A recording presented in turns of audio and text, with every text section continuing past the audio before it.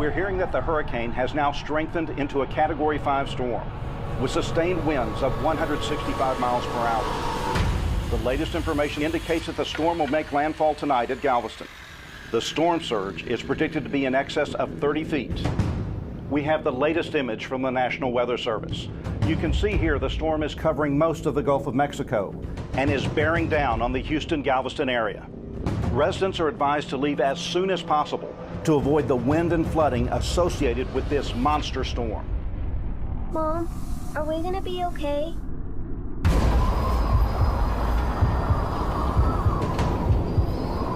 We'll get through this, guys. We'll get through this, all right? What was that? I don't know what it was. I don't know.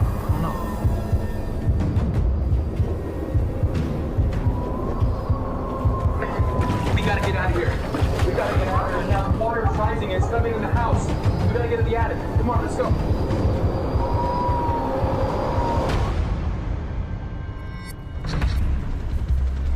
This is a Weather Guide news break. Authorities say this was the most destructive storm to ever hit Texas. The president has declared a state of national emergency and has mobilized the National Guard. We have reports of massive flooding and hundreds of deaths along the upper coast. The upper Texas coast has a long history of direct hits by major hurricanes. On September 8, 1900, a Category 4 storm raged through Galveston, killing an estimated 8,000 people. The Great Hurricane remains the deadliest hurricane disaster in U.S. history. In 1961, Hurricane Carla reached Category 5 status before pummeling the Texas coast with unbridled ferocity. Hurricane Alicia became the first billion-dollar storm in 1983 as it roared up I-45, destroying homes and blowing out windows in the towering skyscrapers of downtown Houston. In September 2005, Hurricane Rita ravaged the upper Texas coast, forcing 3.7 million panicked residents to flee their homes. 118 people died during the evacuation. In 2008, Hurricane Ike rocked Texas with a near-direct hit on Galveston, sending a 10 to 15-foot storm surge onto the island and the western end of Galveston Bay.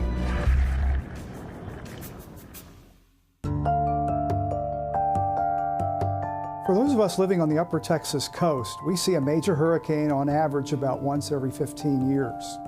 The problem is, in the lull between these big storms, we tend to forget how devastating they can be. We tend to think, well, we made it through the last one, why should I worry about the next one? 1 in 4 Texas residents lives along the Gulf Coast, yet most people do not realize the risks associated with living in the coastal region. The biggest killer in a hurricane is the surge. Probably 3/4 of the total damages in a hurricane is due to storm surge. The Tri-County area of Galveston, Harris, and Chambers counties is one of the most flood-prone regions of the United States.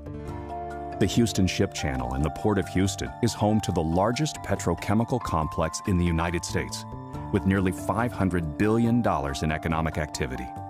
This region is responsible for 25 to 35% of the petrochemicals and the fuels that are used and consumed in the entire United States. A 27-foot storm surge that reached the upper reaches of the Houston Ship Channel would truly be devastating. So what can be done to prevent such devastation and help prepare for and mitigate the flooding caused by storm surge in the Tri-County area? A group of scientists and researchers at Texas A&M University Galveston has developed a multi-pronged approach that will dramatically reduce the impact of major storms on the upper Texas Gulf Coast. One component is a coastal barrier, or spine, called the Ike Dike, that when completed, would protect the Houston-Galveston area. The idea is very simple. You stop the surge at the coast. You don't let it get in the inland waters. Well, the coastal spine is an extension of the seawall, built in the early 1900s. It will extend along the coast with a hard structure, but covered with sand and seagrass, so you won't even know that there's a coastal barrier there. You'll also have gates along the Bolivar Roads area, which is the navigation channel. That'll help keep surge water out of the bay during times of hurricanes. This coastal barrier is based on technology implemented in the Netherlands to prevent repeated, devastating storm surge from the North Sea. They have big gates that protect them. They have barriers that protect them. They put it together. They have a coastal spine, just like we want here. They close those gates and use that barrier 26 times, and it's worked every time. When completed, the Ike Dike and coastal spine will protect the upper Texas coast from the catastrophic destruction of hurricane storm surge. Another major component developed at Texas A&M University is a remarkable tool available to anyone with an internet connection. In 1993, the Texas legislature created the Center for Texas Beaches and Shores to address beach erosion and wetlands loss throughout the state. Dr. Sam Brody is the director of the center. One of our major initiatives is the development and creation of the Texas Coastal Atlas.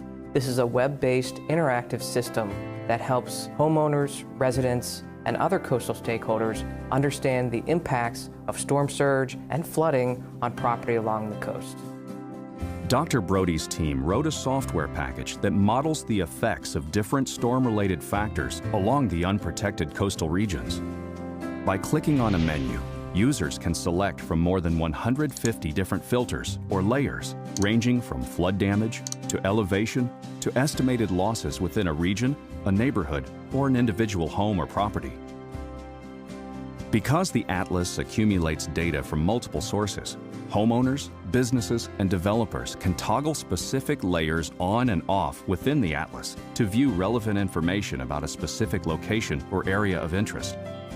The main purpose of the Atlas is to study what the impacts of storm surge might be in the Tri-County region. A user can zoom in on a specific area, take it on down further to a plot of land. On that individual plot, they can look at the actual structure that's on the plot.